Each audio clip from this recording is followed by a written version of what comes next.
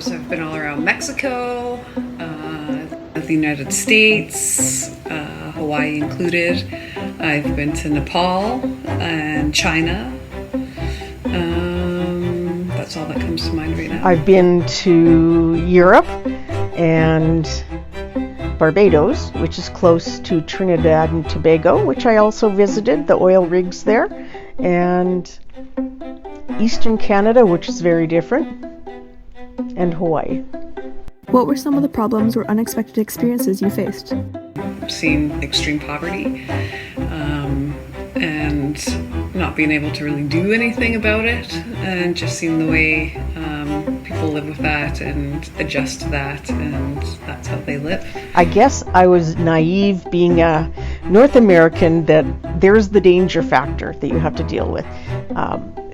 Perhaps nothing that we would have experienced here. My life in a suburb, I was not prepared to run into people with arms. We had hotels with armed guards, and they warned us about other people with weapons. That was new. Why do you think traveling is important? I think it's very important for us to travel and see how other people live, so that we gain perspective into our own lives, and to see how truly blessed we are to live in Canada with all our healthcare and wealth and quality of life. And it also helps to, keep us humble, and to understand how other people live. I think you need to get a realistic idea of what's going on out there by seeing it for yourself, because the news and newspapers probably isn't the real or whole story. What was your favorite lifestyle you experienced and why? When I was in Nepal, I traveled up to a little town called Bedding, and it's where the Sherpa people are born.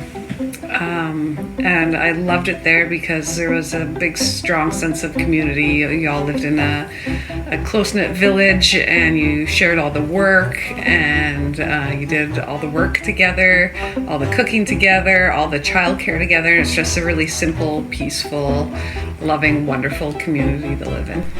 When I was 21, it was the first time I'd traveled with a group of girlfriends, all different ages, and it was a birthday, so we rented a sports car, drove around the island in Hawaii, and made a scene of ourselves.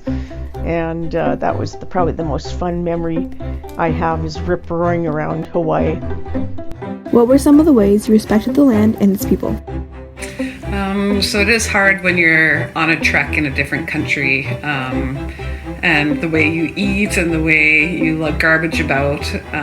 So on treks you have to be very careful to take all your waste with you wherever you may go, and to not introduce anything into the population that might, affect the people living there. So your water bottles come with you, and if your food waste comes with you, you just leave the place as you found it.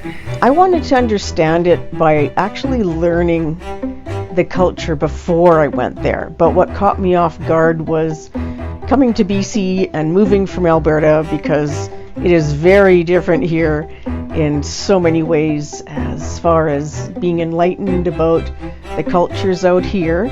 And I'd never run into that in Alberta. What was your most memorable trip?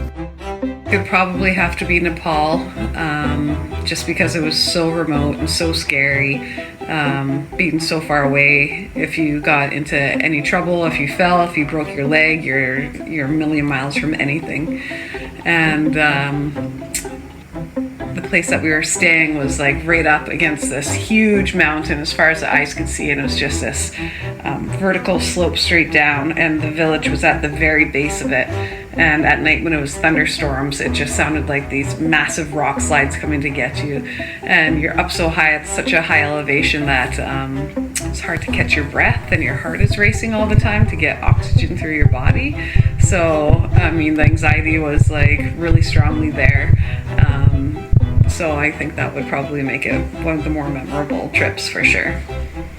I think it was going to places where there was a bit of warfare going on, and there was people with weapons, and you could see the buildings that were destroyed and how families were living in tents, and having to experience that was a shock compared to our safe lifestyle that we're used to in North America.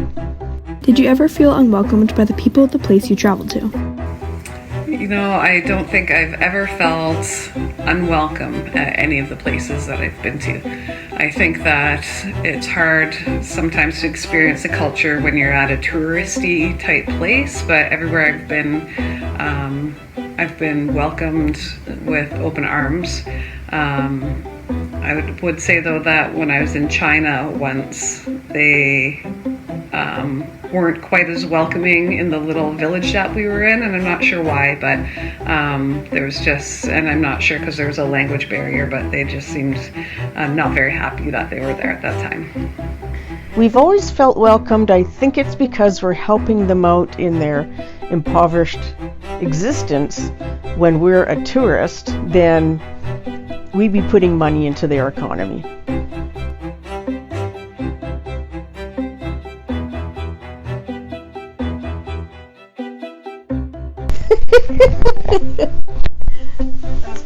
Lots of editing. Very boring.